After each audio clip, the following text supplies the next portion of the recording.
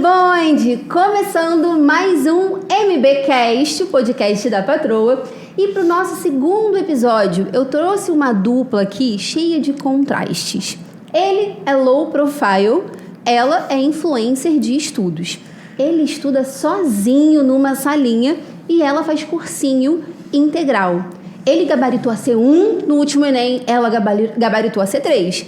Ele trabalha, ela dedica o seu tempo integralmente aos estudos. E apesar dos contrastes, eles compartilham do mesmo sonho, que é ser aprovado na faculdade de medicina.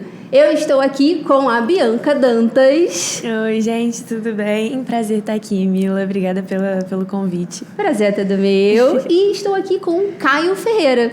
Fala aí, Bonde. Tô meio nervoso e é um prazer estar aqui, mas tô muito confiante de que vai ser fantástica a conversa. Isso aí. E eles são meus alunos, né? Estão comigo já o Caio desde 2020, a Bianca desde 2021.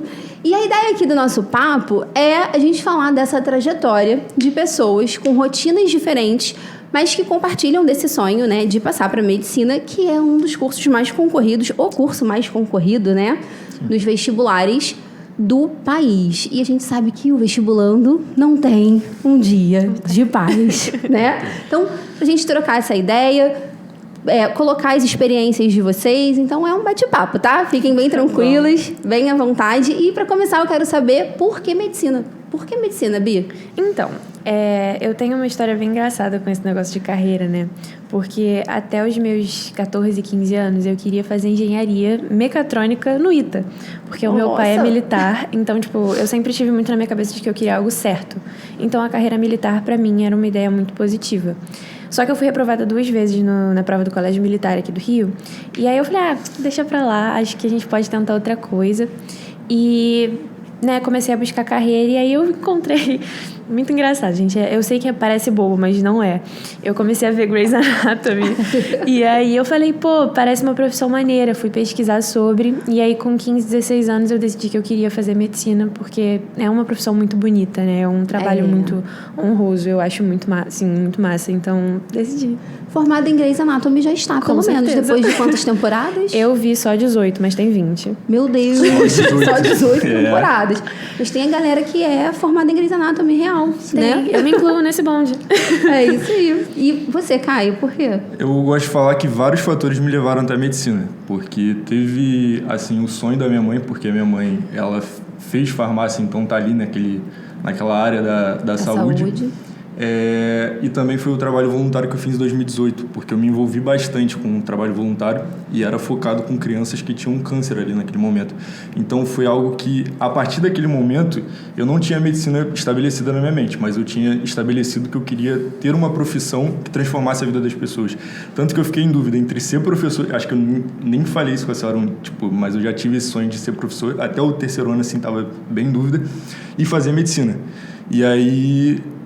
A medicina veio porque eu pensei, vou ser professor, com todo respeito, mas eu falei, vou ser professor e vou sempre trabalhar como se fosse algo, dar aquela matéria todo ano. Eu pensei, medicina é algo muito mais versátil nesse sentido, então vou para medicina. E aí estou aqui até agora na luta para... Na luta, né? E é sobre essa luta mesmo que eu quero começar perguntando, né? Vocês estão há 3 anos, ambos, né? Há 3 anos aí na tentativa e tudo mais. Qual é a grande motivação, gente? Porque tudo bem, é sonho, tudo mais, mas, poxa, são 3 anos. A gente sabe que isso não é uma linha reta, né? É uma montanha-russa emocional, você tem todo tipo de desgaste ali envolvido. Qual é a motivação para seguir, para continuar, assim? O que é o principal impulsionador disso tudo? Então, a minha mãe, ela tem uma frase que eu acho muito engraçada, que toda vez que eu vou fazer vestibular e eu tô meio nervosa, ela vira e fala pra mim, você nadou até aqui pra morrer na praia? Então, eu tenho um sonho muito grande, eu viso muito o objetivo lá na frente, e depois de quase 3 anos tentando, eu vou desistir porque não tá dando mais. Batendo na porta, né, Bia? Sim, exatamente. Então, eu acho que se você tem um objetivo muito claro ali na frente, e você tem, obviamente, os recursos pra poder manter tentando, vale muito a pena. Eu acredito muito que vai valer a pena no final. Todo sonho é válido. Você se imagina fazendo outra coisa na vida? Não consigo me imaginar fazendo mais nada. Absolutamente mais nada. Eu não consigo me ver daqui a 10 anos fora de uma sala de cirurgia, entendeu? Então, tipo... E você, Caio, qual é o grande exatamente impulso? Isso. Eu, na verdade, passei por vários momentos. Eu passei por um momento que eu quis desistir. E aí muitas pessoas falam sobre isso, que não tem essa de querer desistir, mas é algo natural. Foi algo que surgiu assim porque eu me vi naquele momento assim que era só focado no estudo, porque eu cheguei a ficar pilhado. Teve uma época que eu fiquei pilhado com o estudo, então só estudava. E é até uma parada que é interessante, que você não pode ficar pilhado com o estudo, você precisa se distrair de alguma forma, você precisa encontrar lazer em alguma coisa. Tem que ter um caminho do meio, né? Exatamente. E aí, você ficar pilhado é algo que vai te levar à desistência. Então, quando eu cheguei nesse momento de ficar pilhado, eu falei assim, eu preciso fazer algo diferente, porque é o que eu quero para minha vida. E aí foi quando... Aí, respondendo a pergunta, porque eu não respondi a pergunta, mas a motivação, ela vem de algo muito maior, que é transformar a vida da minha família por meio do meu trabalho. Então, é basicamente isso. Se tornou algo muito maior. E no início foi algo bobo. A motivação foi boba. Era só, quero ser médico. Mas hoje em dia, transformar a vida da minha família, basicamente. Só isso. Muito, muito, muito legal. E por falar em transformar a vida por meio do trabalho, você é uma pessoa que trabalha. Sim. Tô sabendo que trabalha para a melhor patroa desse mundo. Famosa Mila Borges, para quem não conhece. E eu queria que você falasse um pouco do seu trabalho. Aí você mata a curiosidade das pessoas, porque as pessoas não entendem o que é o Caio. Os alunos às vezes vêm para mim... É uma entidade. O Caio é uma entidade. Vem para mim o pessoal do grupo lá do Método Blindado, do curso, ou no Instagram, e fala assim, o que o Caio é Fala seu? que é uma inteligência artificial. O que o Caio é seu? Aí às vezes eu, de brincadeira, falo assim... É filho, eu falo brincando, assim, né? É um chato aí que tem na minha vida. Mentira. Pouca coisa. Mata a curiosidade das pessoas. Fala um pouco do seu trabalho e, principalmente, como é conciliar trabalho e estudo, né? Sim. Então, o trabalho com a Mila surgiu de uma forma muito inusitada, assim, porque, a princípio, a Mila chegou pra mim e falou assim... Caio, você pode fazer os conteúdos do post, lembra que foi sobre isso? Aí eu falei assim, eu acho que eu consigo me virar fazendo post. Aí no início foi bem ruim mesmo, mas a gente com o tempo conseguiu levar. Mas no início era basicamente para fazer o conteúdo. E aí depois a gente começou a trabalhar com estratégia de lançamento. Então eu trabalho mais no bastidor. Trabalho basicamente no bastidor porque a gente trabalha com marketing, né? Eu trabalho com marketing, é basicamente isso. Com as artes, né? Com estratégias. Essa arte bonita aqui, quem fez foi ele. Muito bom, menino. Se vocês gostarem, né, deixem um elogio aí. Porque bota aí nos comentários. Que é bom para fortalecer, né? Divulga o trabalho dele. Se bem que agora não tá dando mais para trabalhar, tá? Já tá puxado, que eu não trabalho só com a Camila também. Eu tenho um outro emprego que é com Anestesia Carioca, que é uma outra empresa que é, inclusive, do marido da Camila, que trabalha lá também. Do meu marido. Meu marido tá ali trabalhando junto. Então, tá ali, pô. É isso. E como que é conciliar? Tá tranquilo? No início não foi tranquilo, porque, querendo ou não, o trabalho, ele é uma responsabilidade que estende a você, não é algo seu. Agora, o estudo é algo seu. Então, você precisa ser responsável com o trabalho. Então, no início não foi tranquilo, porque por muitos momentos eu priorizava o trabalho e deixava o estudo de lado. E isso é uma parada que a gente precisa ter essa balança e conciliar isso tudo. Então, no início foi bem difícil, mas agora eu consigo tranquilo, porque eu consigo trabalhar no final de semana, aí às vezes tem algumas pendências que eu consigo resolver ao longo da semana, mas a semana assim fica livre basicamente para eu conseguir estudar. E Bianca tem a questão de estudar e deve ouvir muito isso, né? Mas você só estuda. Escuto bastante. As pessoas às vezes falam assim, né? A pessoa só estuda, como se só estudar fosse pouco. Mas você faz um cursinho integral. Não, então... É ritmo de trabalho, né? Então. Eu entendo muito os meus privilégios, sabe? Querendo ou não, eu tô numa posição muito privilegiada de não precisar trabalhar, de não ter que fazer outra coisa que não buscar o meu sonho. Eu tenho os meus privilégios e tal. Muitos privilégios, mas realmente é bem puxado. Acaba que as pessoas colocam um peso muito grande também em cima do só estudar. Do tipo, você só estuda e não passou ainda? Então... Aumenta a cobrança. Tem uma cobrança muito grande também. Eu acho que é aquilo, né? Você tem dois lados de uma moeda que... Assim, realmente muito complicado, porque ao mesmo tempo que tem muita gente, não é nem desestimulando, mas desacreditando do só estudar e do mérito do só estudar, tem muita gente que fala, você tá estudando porque é só você trabalhar e conquistar, entendeu? Então, são situações muito diferentes, mas eu acho que é uma cobrança, assim... Que recai, né? E o engraçado é que o trabalho na minha vida veio um momento que eu não precisava trabalhar para estudar. Só que se agora eu sair do trabalho... Você vai sentir o impacto. Na verdade, eu não consigo mais estudar se eu sair do trabalho, porque muitas coisas que eu pago agora, na verdade, que eu preciso sustentar, são coisas que eu sustento através do meu trabalho. Então, se eu sair do trabalho agora, eu não consigo sustentar essas coisas e aí começa... Relacionadas a estudo, coisas relacionadas a estudo. Exatamente. Cursinhos, e aí eu iria precisar parar de prestar vestibular. Então, é algo que...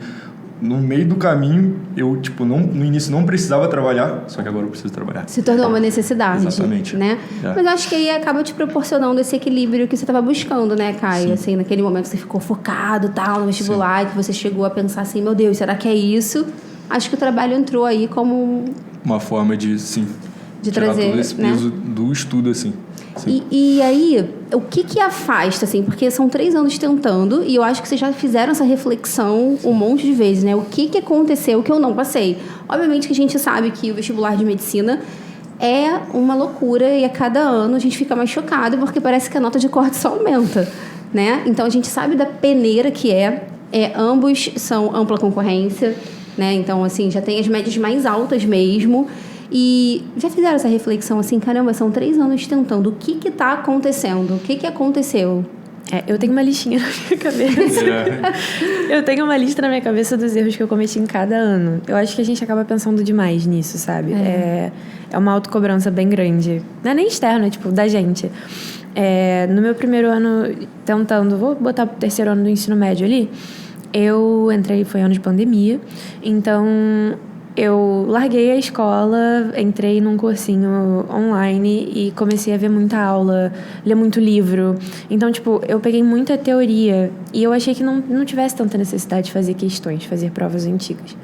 No meu primeiro ano de cursinho foi o contrário. Eu entrei no meio da internet e ali eu descobri o famoso estudo só por questões, sabe? Aquele estudo 100% ativo. E eu caí num papo muito envolvente ali de que você não precisava da teoria para você passar no vestibular de medicina. Você só precisava fazer as questões e que ali fazendo questões e corrigindo questões de você ia fechar todas essas lacunas. Sinto decepcioná-los, mas não funciona dessa forma. E aí esse foi o meu erro. Eu não passei no vestibular de 2021 por falta de teoria, falta de base. Não sei se vocês se lembram, mas o vestibular de 2021, o Enem de 2021, foi um Enem diferente, porque ele veio muito mais conteudista. E aí não rolou por causa da falta de teoria. E ano passado foi psicológico. Eu não cuidei de mim. Então, são 3 coisas que eu acho fundamentais hoje. Você conciliar ali a teoria com as questões e cuidar de você ao mesmo tempo. E não dá pra você ser isolado, você fazer uma coisa em cada ano. Você tem que conciliar. Que é a grande dificuldade, o grande desafio. Sim, é o equilíbrio. Você ter o equilíbrio em todas essas áreas é o que vai, eu espero, trazer a sua aprovação.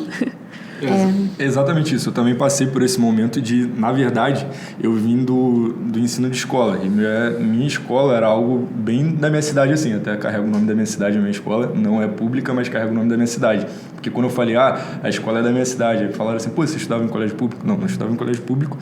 Mas o ensino era bastante defasado, porque eles ensinavam de uma forma que era transcrever. Você transcrevia a aula, basicamente, e aí você não pensava sobre aquilo ali.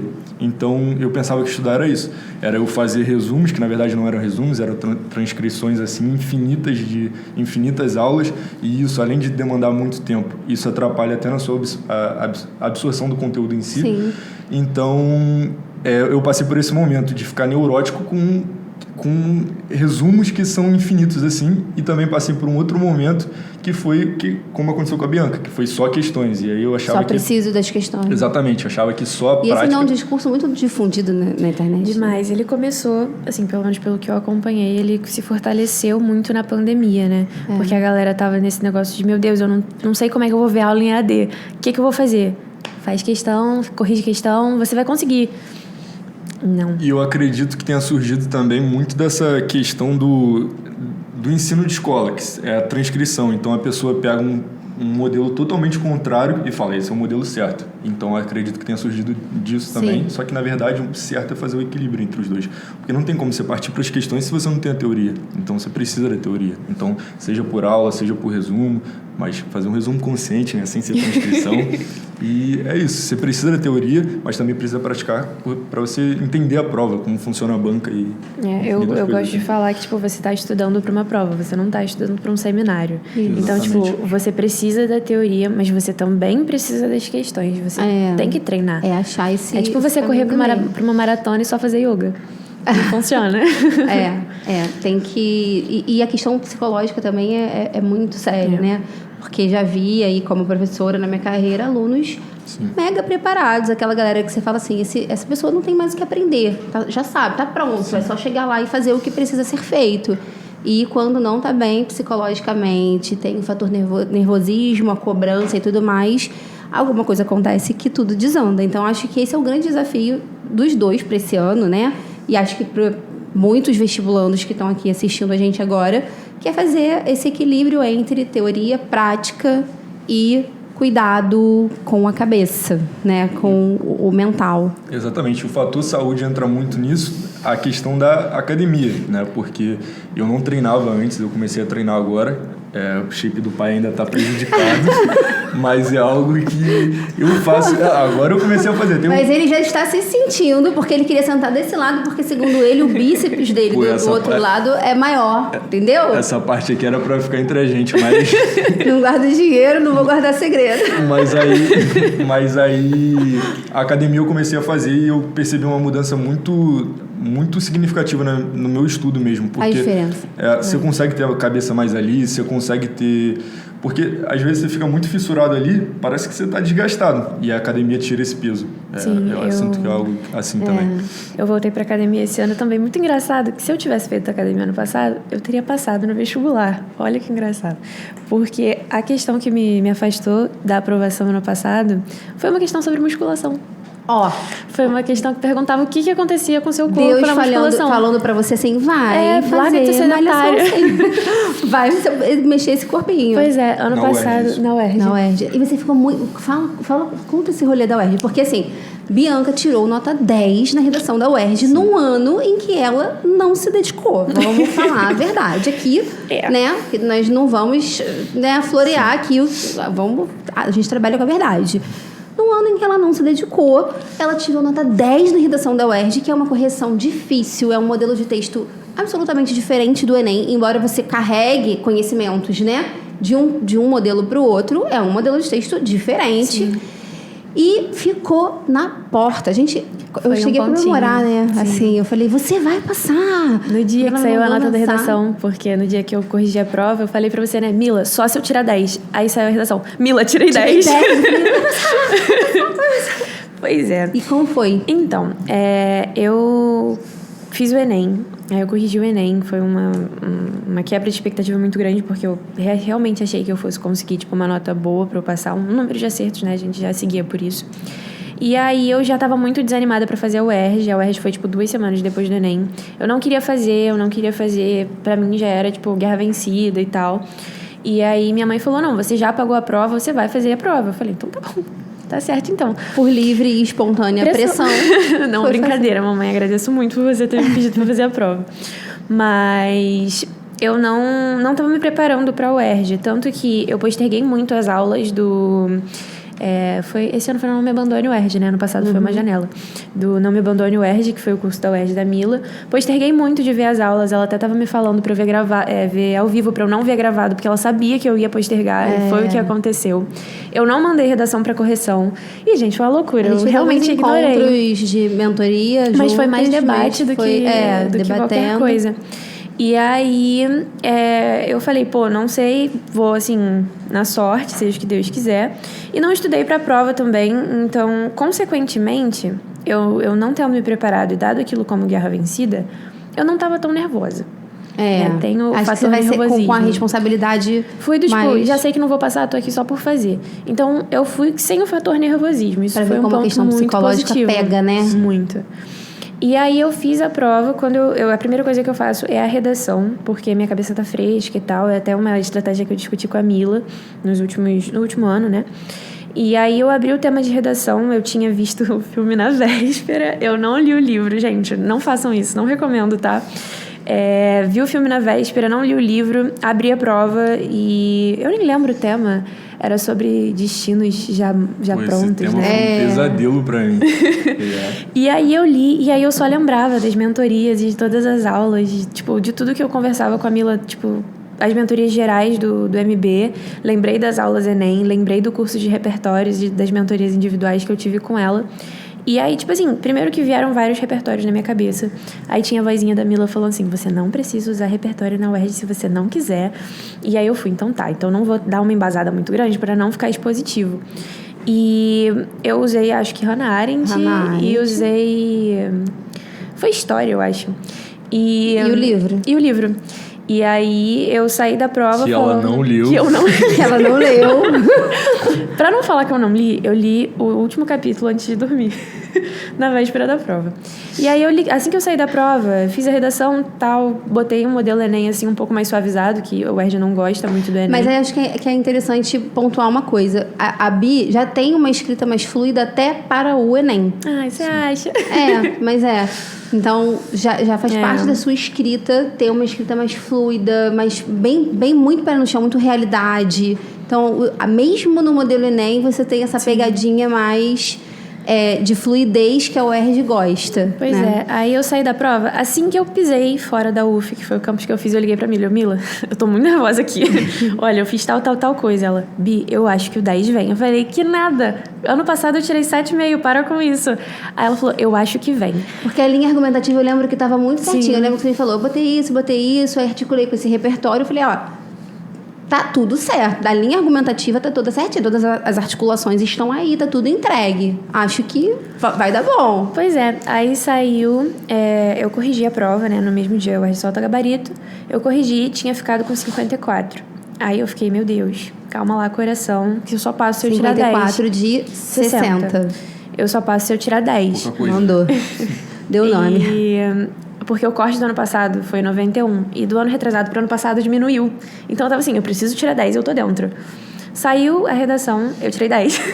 Aí eu liguei pra Mila, chorando. Mila, eu tirei 10, Mila, e agora? Tô esperando só a lista dos veteranos. Quando saiu a lista dos veteranos, eu fiquei um ponto abaixo do corte. Meu Deus. O corte foi 92. Foi muito triste, porque, isso não significa nada. Sabe? Eu coloco muito isso na minha cabeça. Uma questão não significa nada. O que é uma questão? Eu tive a mesma preparação que a galera que passou com uma questão a mais que eu entrou, sabe? Então, foi uma questão de... Eu acredito muito nisso, que não era pra ser. Não era pra eu ter passado aquele ano, então tudo certo. Eu tentei assimilar isso, senão eu ia enlouquecer. E aí, eu guardei pra mim que não era pra ser e segui. E aí, eu tô tentando de novo. Né? Cara, e que maneiro você conseguir lidar com isso assim, porque principalmente uma pessoa que está muito tempo tentando medicina, chegar ali muito na porta e falar assim, cara, esse ano é meu, e de repente vem um corte que a gente não tá esperando, e aquilo assim, eu preciso do 10 na redação, que muita gente acha impossível, o 10 não é impossível. Vem o 10 na redação, que você fala assim, eu preciso do 10 para passar, e fala, veio, eu vou passar, e daqui a pouco vem um corte 92. Sim, aí cara, bigorna na sua cabeça, não vai não. E que legal que você soube lidar com essa maturidade de ter esse olhar. Eu também acredito muito nisso, assim, né? A jornada, realmente, ela só acaba quando os nossos conhecimentos já esgotaram. Às vezes eu penso assim, eu não sei o que mais tem pra gente aprender nesse caminho. O que mais você precisa aprender? Quais pessoas você precisa conhecer esse ano para fazer o vestibular mais uma vez? Quais experiências você precisa viver? Os sonhos vão se realizar. Alguns agora, outros ano que vem, outros lá na frente. Eu sei que os sonhos vão se realizar, porque sonho não se dá. Estava conversando com a minha amiga professora Carol Contextualiza, falando do podcast, né? Do sonho de ter um podcast, por exemplo, né? Que eu tinha lá de 2017, não tinha ainda, ninguém falava ainda de podcast, eu já falava, eu queria muito fazer um podcast. Aconteceu agora, os sonhos se realizam quando a gente não desiste deles. É só questão de tempo. É questão de tempo, e você vê que você tem coisa ainda para aprender, para acrescentar, para somar na sua trajetória. Que bom que você teve, né, esse olhar. Pois é, eu acho que se a gente não tiver esse olhar, vai ser sempre uma frustração eterna. sabe? Você vai olhar pra trás... É melhor você olhar pra trás como uma coisa que, beleza, não foi, vou tentar de novo, do que, meu Deus, não foi, agora o que eu vou fazer da minha vida? Eu sou um fracasso, tará. Porque o passado tá ali, não vai mudar. Aconteceu. Agora, a forma como você olha pra ele vai definir o que vai acontecer daqui pra frente. Dali pra frente, exatamente. É sobre isso. E Caio também teve uma experiência muito interessante, porque em 2020, tirou 980 na redação, que é o 1.000 quebrado, né? Sim. Um corretor deu 1.000 e o outro corretor deu 960. E nesse ano, se eu não me engano, você perdeu na competência 1. Foi. Né? Foi na C1. Na C1. E aí, no ano seguinte... 920, que é uma nota boa? É uma nota boa. Mas para quem chegou ali no 1.000 quebrado, né? Como foi isso? Negligenciou, né, Caio? Vamos. A gente tá trabalhando com a verdade, a gente combinou que a gente ia falar a verdade aqui. Exatamente. Cara, uma coisa que vestibulando não pode ter é o ego inflado. Então, eu cheguei num nível que eu tive aula com a patroa, né? Então, eu tava num nível de redação muito elevado. Então, para mim, era algo que não ia sair dali. Só que existe um momento que é teoria, obviamente, é como se fosse teoria. Aí, para você subir mais um pouco, é a prática. Então, quando você se distancia da prática, que foi o que eu fiz... Foi o que você fez. Se eu mandei 5 textos na plataforma em 2021, foi muito. Então, e mesmo assim eu consegui manter 920. Manter não, eu consegui manter acima de 900. Tirei 920, que é uma nota boa. Mas é aquilo, foi um baque, porque... Eu estava com 980, 920, cai 60 pontos, né? É matemática, né? Matemática básica demais. 60 Botamos pontos. Botamos vestibulamos em xeque aqui. 60 pontos. E aí, é um baque, que você olha assim e você fala, cara, o que eu fiz de errado? Na verdade, eu tinha muito bem definido o que eu tinha feito de errado. Você sabia, né? Exatamente, que eu negligenciei a prática. E eu falava, não vai mandar redação não, Caio? Cadê suas redações, Caio? Não vai mandar, não, Caio? Puxava muito. Não, vou... Sabe aquela coisa? Semana que vem eu mando. Semana que vem. Já até pensei num tema. Era sempre assim, e não mandava texto. Exatamente. E aí foi bem puxado isso, porque foi o que a senhora falou, foi um baque, assim, eu olhei e falei, caraca. Foi bom, né? Pelo menos tomou um sacode. Mas para você ver, ainda assim, né, a Bi, mesmo sem ter estudado aquele ano redação para a UERJ, ela conseguiu tirar um 10. Você ainda conseguiu ficar com uma nota, né, 923% da população, sei lá, 4% da população tira acima de 900, né, da população, dos estudantes que fazem a prova. Da população vestibulando. Vestibulando que faz a prova. Gente, essa cadeira... A gente dá umas mexidas aqui nessa cadeira, eu não sei se o microfone é capaz de captar. Mas a gente mexe na cadeira, ela faz assim, ó... Deixa eu ver se dá. O cara já pediu desculpa 3 vezes, achando que a gente tinha achado que era ele. Quando vai pra trás, na verdade, cara. Aí, ó. Tá e a gente é quinta série. A gente não consegue, a gente é quinta série, entendeu? Já deu risada disso aqui, então agora eu fiz assim também mesmo.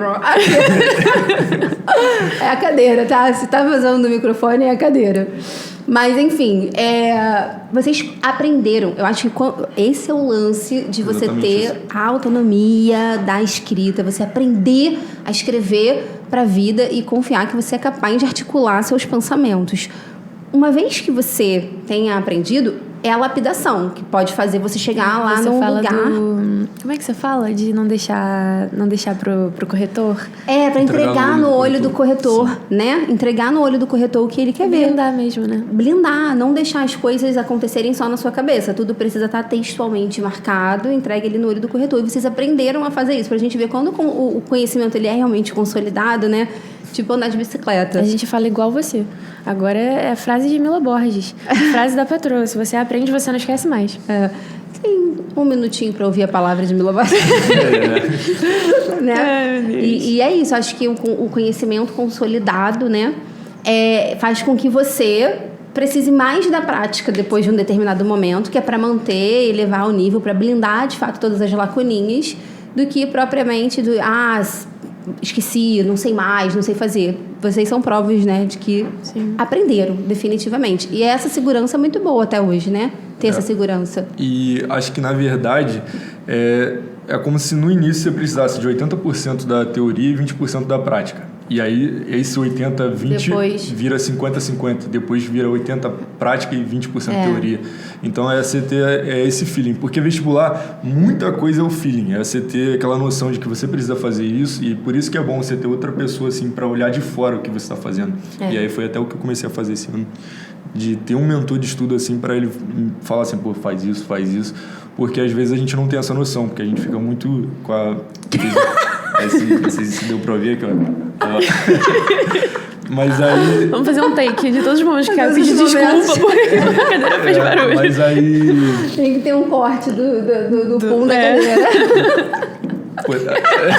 Qual foi, pô? Vou ficar nervoso. Eu já tava nervoso antes. Agora, então... me perdi.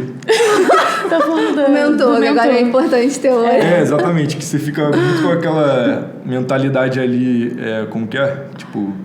Assim, sabe? Fixado. Fixada ali, e aí uma pessoa vem de fora e olha assim, você precisa fazer isso. E às vezes são coisas básicas que você negligencia, que aí você começa a fechar essas lacunas assim a partir disso. Quem tá te mentorando?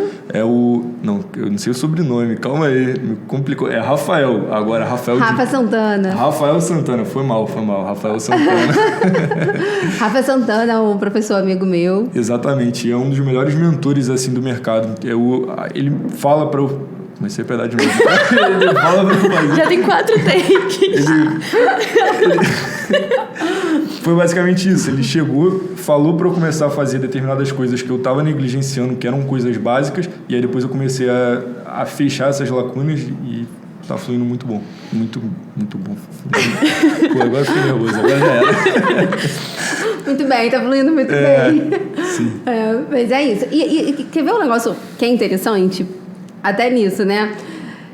Bi gabaritou C3, que é uma dificuldade muito grande de muitos alunos nesse último Enem. Você tirou 960. Vocês dois tiraram 960 nesse último Enem. Caio fechou a C1, que é o calcanhar de Aquiles de uma galera. É o calo no pé de uma galera. São as 2 competências que mais destroem os estudantes, né? Exatamente. E aí, eu queria dicas práticas, estratégias. O que você acha que é o grande diferencial para blindar uma C3 e o que você acha que é o grande diferencial para blindar uma C1? Então, a C1, para quem não sabe, se você... Explica. A C1 basicamente avalia a gramática, no geral, assim. Então, o que eu fiz foi não tornar o louco da gramática, de sair estudando teoria, porque se você fizer isso, você vai demandar muito tempo para algo que você pode ser mais estratégico e mais inteligente para aquilo ali.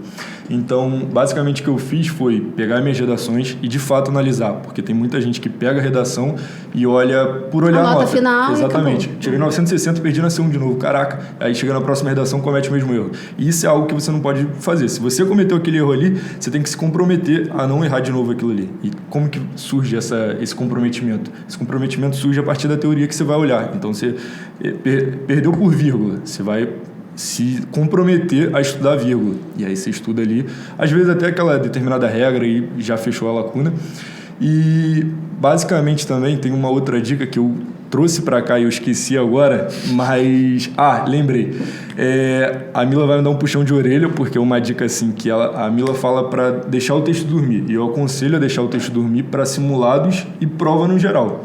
Mas agora, para quando você está treinando semana a semana, é bom você submeter o seu texto ao erro. Então, você vai sem ali corrigir e tudo mais, porque ali você vai ter o que, às vezes, seu olho pegaria depois, você vai ver que o corretor falou sobre aquilo ali e aquilo ali fica fixado na sua cabeça. Então, acho que é algo interessante também a ser feito. É uma estratégia. Acho que mais perto da prova e em simulados é interessante fazer... Exatamente. É interessante que você faça, deixar o texto dormir. Para que também, quem não sabe deixar o texto dormir, você não é literalmente, que já não sabe Você cobre o texto com uma cobertinha, bota um travesseirinho, uma musiquinha de... Você vai deixar o texto de lado, você vai fazer uma... Lê o texto de linguagem linguagens pra ele. Pega a prova de linguagem. Pô, ele deu a prova de linguagem, dá um sono. Então, bota o texto pra dormir. É assim, tá? Mentira, gente. Vai.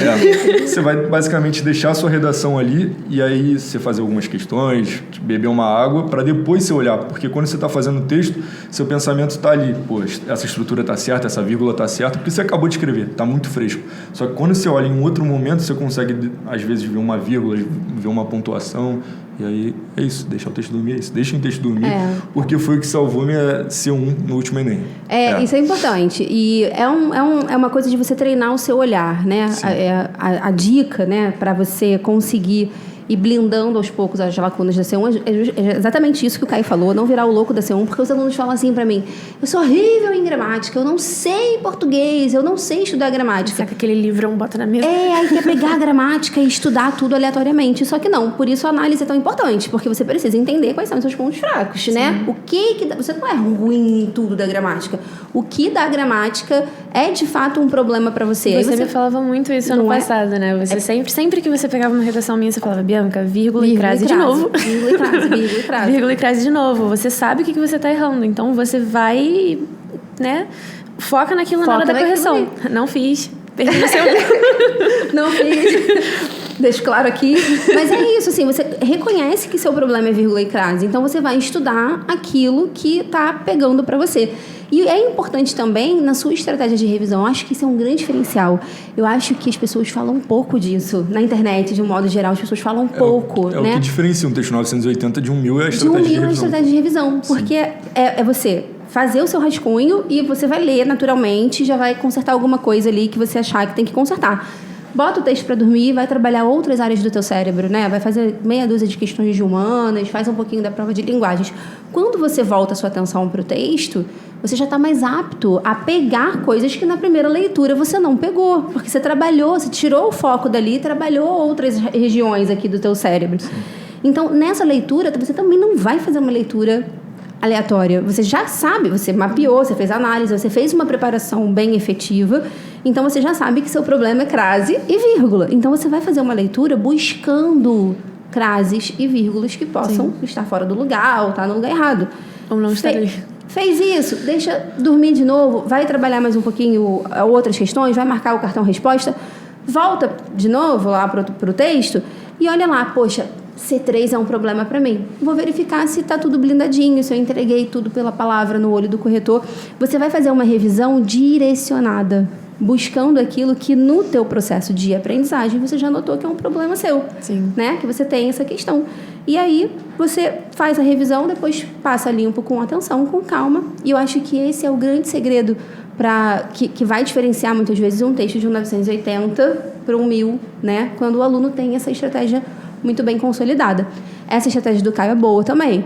Ter momentos em que você vai confiar no seu taco e vai falar assim: bom, eu fiz aqui, acho que está certo. Né? Depois de um tempo de prática. O Caio não fez isso nas primeiras redações dele. Sim. Né? Depois que ele já está ali sabendo muita gramática. Então, ele vai, confia no corretor. Vamos ver o que o corretor tem para me dizer. Né? Isso também é uma estratégia. Mas eu falo do treinar a estratégia de revisão porque o nosso cérebro ele é uma caixinha de associações. Você vai treinar seu olho para bater ali naquela estrutura e identificar. Tá errado aqui. Exatamente. Aqui tá faltando. Né? E a C3? Então, você sabe que eu sou a chata do projeto de texto. Aprendi isso com você, graças a Deus. Que bom. E eu acho que a C3, você tem muito aquilo... É argumentação, né? Pra quem não sabe. É você deixar sua argumentação fechadinha, bonitinha, as coisas serem lógicas e fazerem sentido. E aí, com a Mila, eu aprendi muito a você fazer um bom projeto de texto, você embasar muito aquilo. Tipo... Você vai escrever a redação? Sim.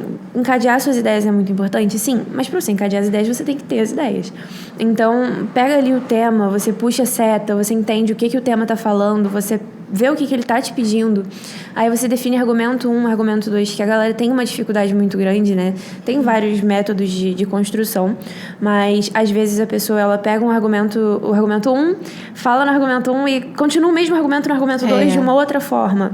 Então, tem vários erros que você pode cometer para perder em C3. Mas o que eu sempre aconselho é você ter 2 argumentos bem definidos. Uma coisa que eu aprendi com a Mila é você entender o porquê. Você sempre perguntar, tá, beleza, mas por quê? Porque quando eu perdia muito em C3, ela chegava pra mim e falava, tá, Bi, eu entendi o que você quis falar aqui. Mas por quê? Porque não tá explicado, você só jogou e deixou ali. Quis dizer, mas não disse.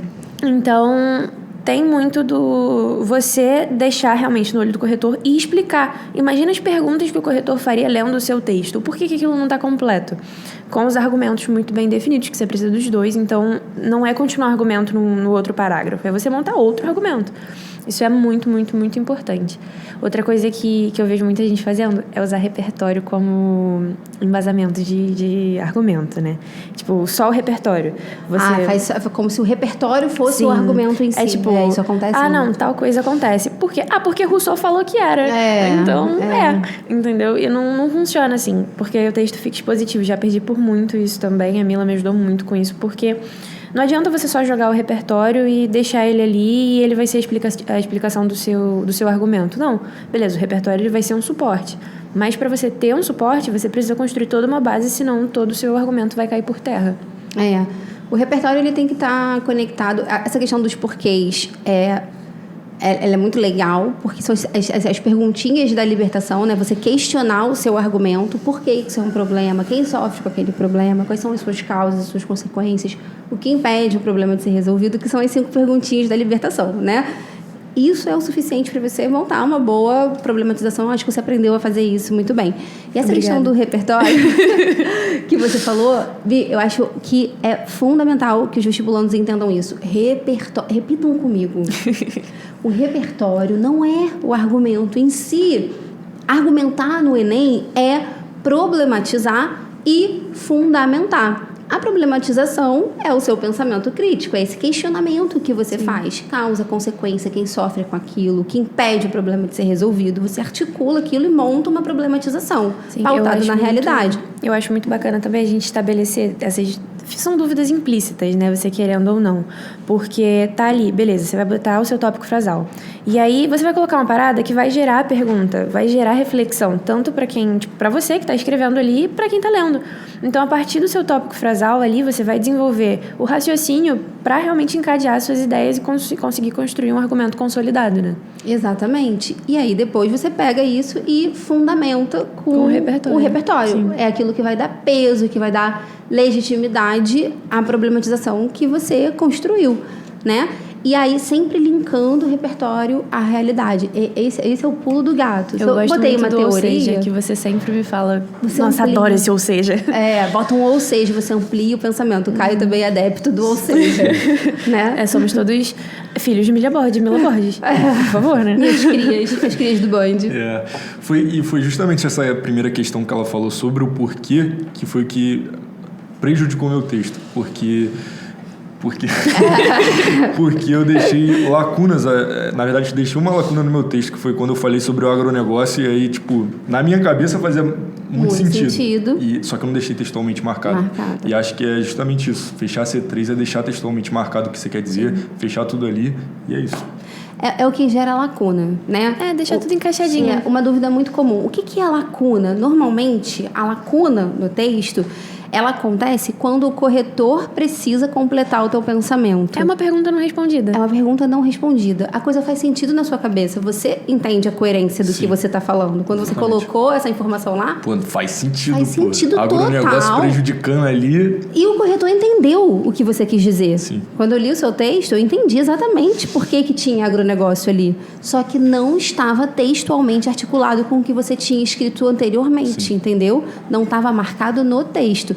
Por isso que eu falo, entrega no olho do corretor o que ele quer ver. As coisas têm que estar ali no texto. Minha orientadora do mestrado que fala isso. Vale o que está escrito. Vale o que está escrito. Quis dizer, mas não disse. Tem como o corretor perguntar, oi, licença, o que você quis dizer quando você escreveu isso aí? Né? Com isso. Fora que o corretor, às vezes, ele... Na verdade, a correção do Enem é uma correção em massa. Então, o corretor ele não está preocupado em tentar te entender. Na verdade, às vezes, até amolece o coração e ele fala assim, pô... Comer um doce gostoso, entendeu? Tá feliz. Muito pouco. O cara tá com a meta ali de 100 redações dia pra corrigir. Ele faz uma leitura dinâmica, ele não faz uma leitura com carinho. Nunca amoleceram o coração comigo, não. Todo eu ali, que o time foi marcado ali. Com força e com vontade. Então, o melhor é não contar com a sorte, né? Exatamente. Que eu falo às vezes assim, fico brincando, mas é verdade. Ajude o corretor a te ajudar, né? Não conte com a sorte. Entrega tudo no olhinho dele que ele quer ver. Por isso que o método é blindado, a gente chama, né? O método blindado. Porque você faz o que tem que fazer certinho, mas você evita o que pode dar problema, né? E acho que esse é um diferencial também de segurança quando você vai para a prova. Porque não é bom você ir para a prova falando assim, cara, tomara que caia um tema que eu já trabalhei, mas se não cair, eu sei o que fazer? Sim, com Exatamente, certeza. é a segurança de tirar 900 mais. Eu acho que... É a segurança que eu tenho desde 2020, assim. É a segurança de, 980, 920, 960. Tá bem, pô. Eu acho que esse é, inclusive, eu vivo falando pra você que é o grande diferencial, né, do seu curso. Que, tipo assim, você tem as lacunas ali, né? Quando você tá construindo um texto, você tem as lacunas, mas muitas vezes você não sabe quais são essas lacunas. E quando você sabe, você não entende. No seu curso, não. Quando a gente vê a correção, gente, juro, é real, eu não tô falando por falar. No curso da Mila, quando você tem a redação ali, você tem, tipo, os corretores, né, marcam tudo bonitinho. Em cima da marcação tem um comentário sobre o que você errou ali. Embaixo tem quais as competências que você errou e por quê. E embaixo tem um parágrafo sobre cada parágrafo seu. Então, tipo, eles deixam ali pra você não ter dúvida do que aconteceu no seu texto e por que você tirou aquela nota. E o que você precisa melhorar, que foi até o que o Caio falou. Não adianta você receber uma redação, ver a nota e falar, show de bola, errei isso aqui, próxima.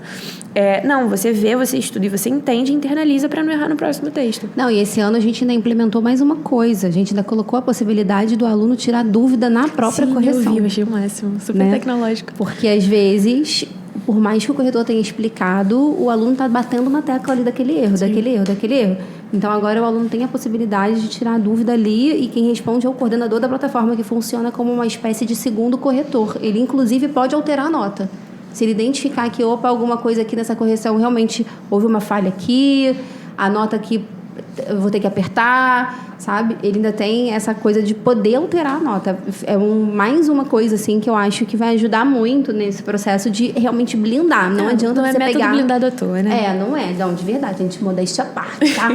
Porque é isso. Não adianta você pegar seu texto e falar assim, beleza, minha nota foi essa. Eu tenho que entender. Tá, minha nota foi essa. O que faltou para chegar nos 200 pontos nessa competência? Sim. Enquanto o aluno não botar na cabeça que ele tem que fazer esse trabalho, esse movimento, a coisa não vai fechar. Não Outra vai coisa que impede muito a gente de avançar é um negócio que você fala sempre.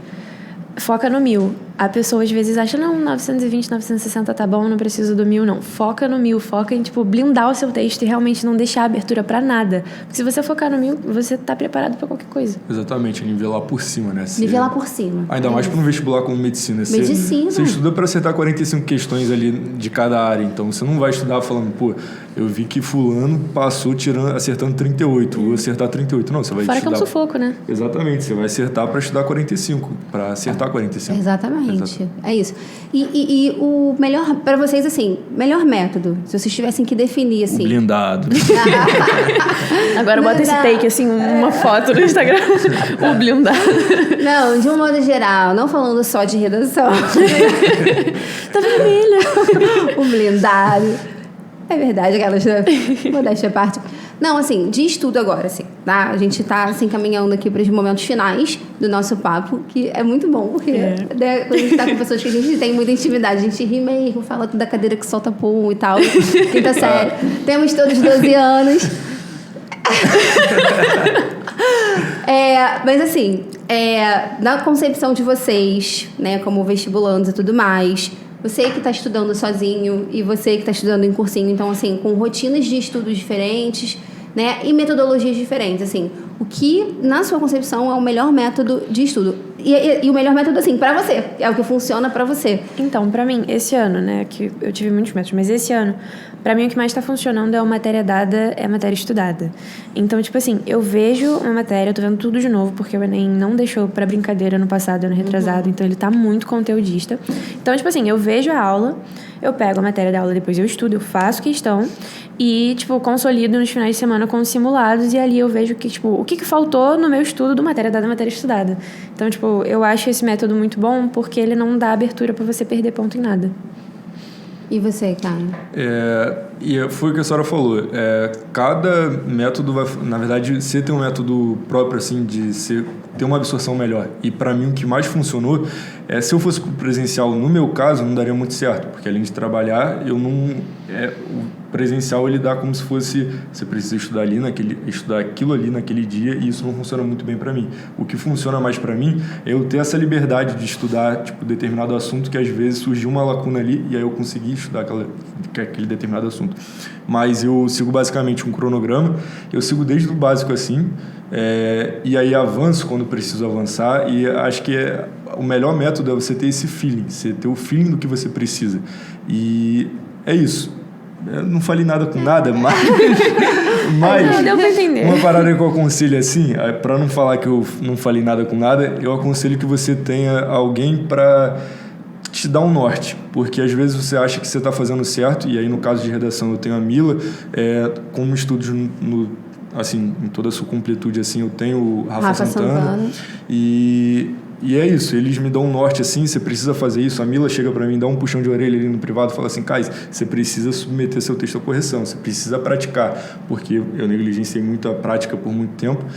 Por muito tempo não, né? Aquele ano ali.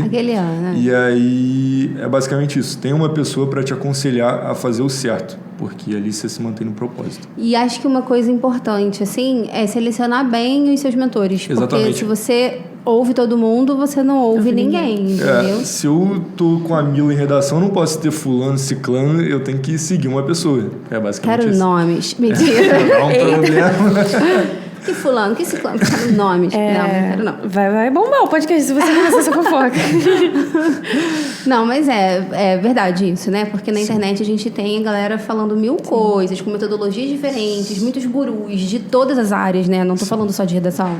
De estudos de um modo geral, só de matemática, só disso, só daquilo. Então é importante você ter ali poucos e bons. Sim, passar a peneira mesmo, que você confia, né? E que você acredita ali na metodologia, e para também você não ficar perdido, senão você surta, né? Como Exatamente. é que segue todo mundo? Tem mentor que fala que é para estudar só por questão, tem mentor que ainda tá ali no época jurássica, tá falando para estudar só com transcrição, tem mentor que fala que... tem muita gente que fala muita coisa, então é basicamente isso, você seguir uma pessoa que... Pode falar. Não, é que eu acho que não tem certo e errado, é tipo o que você se adapta. Exatamente. E entender que a trajetória ela é única, individual, evitar comparação, né?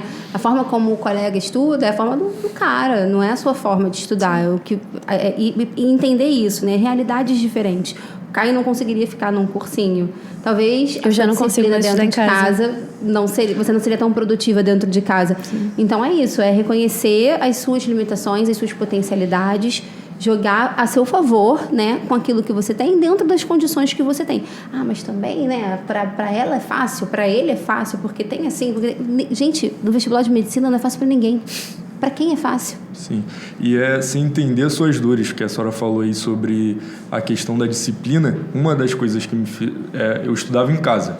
E aí eu percebi que não dava certo. Minha mãe e meu irmão respeitam assim, mas eu percebi que não dava certo por vários fatores. Você está em casa. E aí eu me sujeitei a ir para a salinha. E aí agora eu tenho uma sala de estudos que eu vou lá, começo a estudar. Que ele chama carinhosamente de cativeiro. É o cativeiro que eu tô lá toda semana, todo dia. E é uma parada muito produtiva assim para mim, porque eu consigo ter essa disciplina, que é uma parada que me força a ter disciplina. E aí é isso. Então, beleza.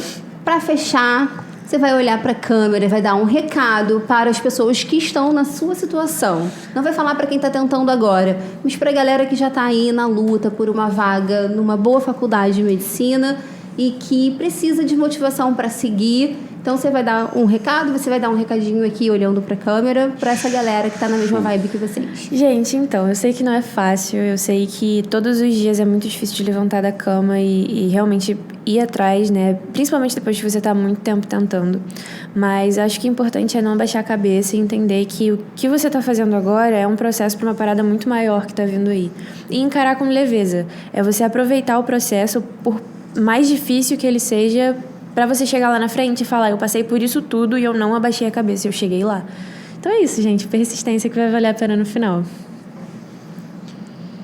Vai. Se você tem um sonho... Calma, não vou falar isso. Não vou falar isso.